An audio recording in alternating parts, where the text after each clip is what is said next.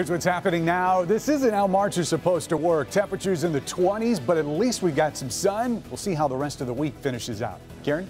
All right, Ben, also first at 4, a fire at a local Islamic center was arson, but police are saying it is not a hate crime. What they're saying about the suspect this afternoon.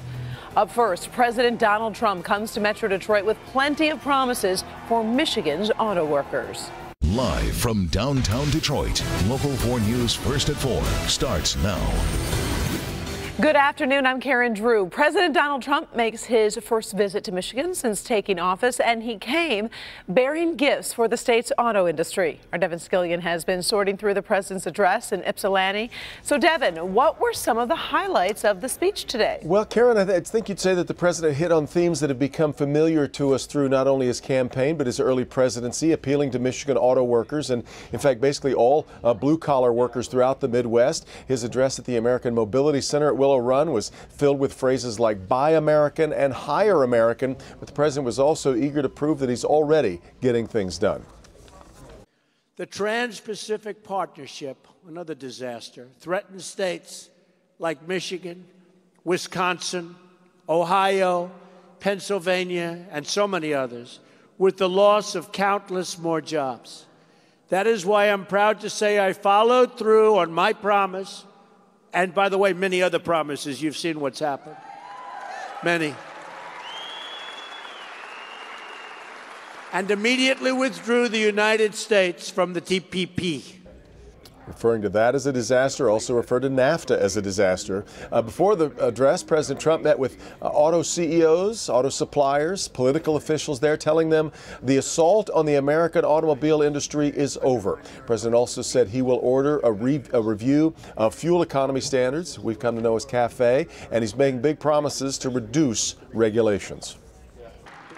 We're setting up a task force in every federal agency to identify and remove any regulation that undermines American auto production and any other kind of production, including the production of high-end, low-end, big, small, every form of automobile and truck.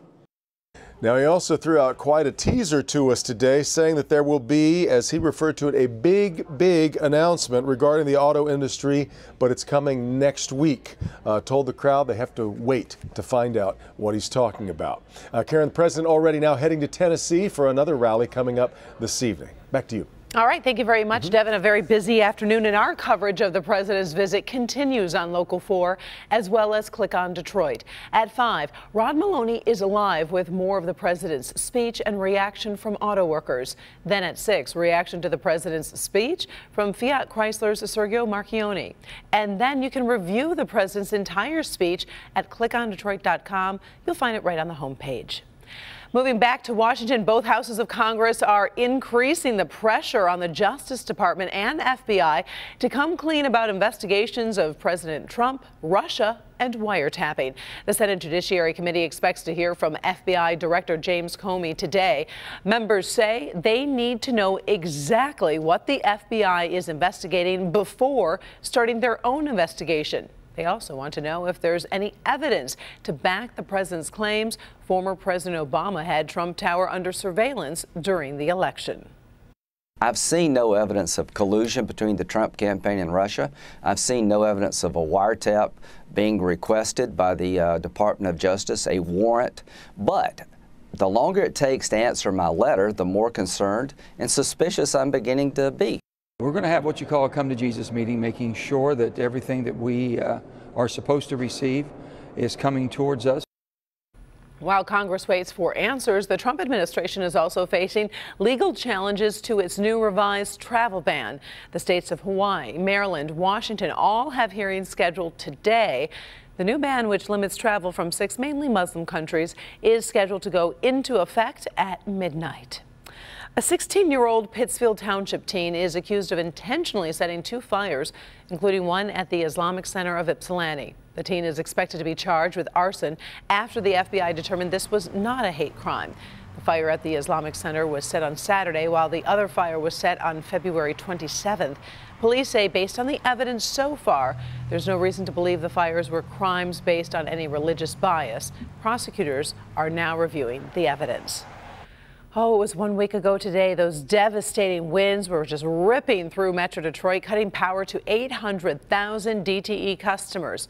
As of now, the utility company is still trying to get less than 2,000 customers back online. It has been a long week for so many families.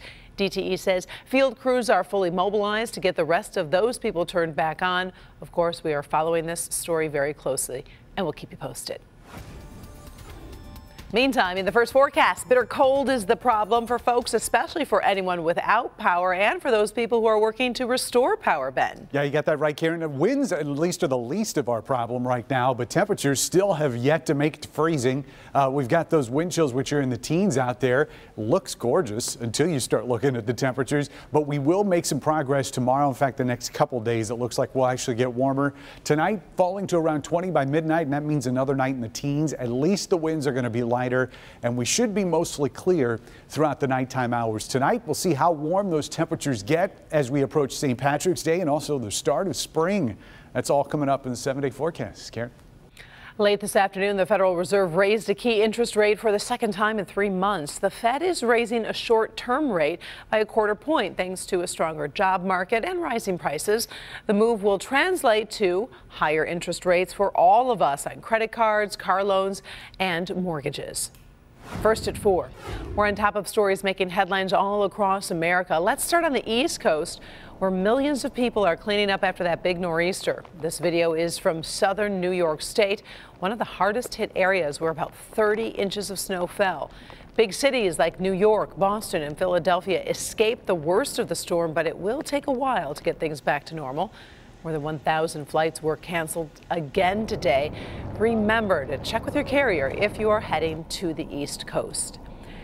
We'll take a look that this California mother is under arrest after being caught on video abandoning her child at a grocery store. We showed you that video last night at 11. The mother is seen wandering through a Food 4 Less near Los Angeles, not paying attention to her child and eventually leaving without her. A bank teller recognized that mom from news reports and called police. She's now facing criminal charges. Her family says the 31-year-old mother has been dealing with drug, alcohol, and mental issues. In the middle of Women's History Month, we have the story of a young woman blazing a trail in sports at North Farmington High School. Jamie Edmonds introduces us to the only young woman on the boys' team and tells us she is ready for even bigger challenges. Wrestling is all about breaking down your opponent's positioning. For North Farmington's Ashley Eichner, she's also about breaking down barriers. Ashley Eichner can take an opponent down with the best of them, whether it be with a fireman carry. So you grab the tricep right there. Or a double leg takedown. So you can come down. I love being aggressive and just like using my body as a weapon. Eichner is the only female on the North Farmington Raiders team. She just started wrestling 2 years ago after she gave up basketball. He's like, Ashley, like, come on and wrestle, you'd be really good, just try it. So she jumped in, head first. Last year, she competed on the junior varsity team. This year, the senior was on varsity. Anyone who I'd wrestle in the room pretty much last year would always beat me, but now it's different. I can definitely keep up with the boys this year. She does more than keep up. Sometimes she beats them. You got to respect her because only starting last year, she's gotten very good for it, only wrestling for 2 years. Somebody's willing to show up in the wrestling room, put the work in, bang away every day, they're a teammate, doesn't matter gender.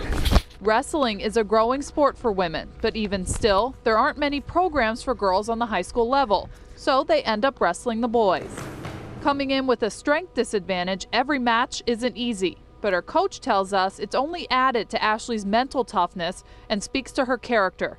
She's racked up 9 career wins at this level, and he fully expects Ashley to excel at the college level. And guess what? So does she. By the end of my 4 years, I'd really like to be a national champion. Big goals, but I definitely will work for it. In Farmington, Jamie Edmonds, Local 4. She is tough. Ashley has a GPA of nearly 3.8 and was accepted to the University of Michigan, but they don't have a women's wrestling program. So instead, she accepted a partial scholarship to wrestle at one of the top women's wrestling programs in the country at the University of the Cumberlands over in Kentucky. Good for her. Still ahead, first at 4, emergency landing, how one passenger's mistake, something any of us might do, caused a real big problem for an American Airlines flight. Dr. McGeorge. Well, Karen, a lot of people go shopping for foods that say low fat or low calorie, but does that label tell the whole story? What you really need to do to make sure that you're making healthier choices. Up first, Xbox charger hazard, a Help Me Hank recall that affects more than 100,000 families. What you need to know next. Unauthorized, coming up all new on Local 4 News at 5 and 6. I'm Nick Monticelli. It is one of the rarest cases of strep throat that doctors have ever seen. In fact, for one man in West Michigan, he's going to lose his feet and his hands because of it. I mean, I never thought going in for a stomach ache and coming out a totally different person. The case that is baffling doctors, and more importantly, where Kevin Breen may have got this strain of strep throat from. All right, thank you, Nick. In this Help Me Hank consumer alert, customers are being warned to stop using certain Xbox chargers because they can overheat. The recall involves certain Energizer smart chargers. About 121,000 were sold nationwide. They're used to charge Xbox One video game controllers. The chargers can overheat, damage the controllers, and then pose a burn hazard, although no injuries have been reported so far. So stop using those chargers and contact Performance Design Products for a full refund. In good health, food labels that claim products are low fat, low calorie, low sodium, well, they could be misleading consumers. So we brought in Dr. Frank McGeorge to try to decipher all of this for us so we can make some healthy choices. Yeah, well, Karen, you know, the big problem really lies in the fact that there is no standard definition of what low means, and whether or not they are low in whatever they claim, these foods also may not necessarily be nutritious. In other words, a low sugar cookie may have less sugar than the regular version, but still more sugar than other cookies. Now, in the study, people living in high or middle income homes were actually the most likely to purchase foods with low content claims, which are in fact very common. 13% of food and 35% of beverage purchases that were studied had one of these low content claims. And the problem isn't just with those low labels. They use some other words too that are misleading at times. That's exactly, you know, these claims are really poorly regulated. So words like natural, healthy, and even fresh, they basically don't necessarily mean anything. They're subject to a lot of interpretation. And the FDA is currently trying to standardize everything so consumers have some idea of what they're buying. But the fact of the matter is, it's up to the company to decide what's reasonable to them as an interpretation, not necessarily a standard definition.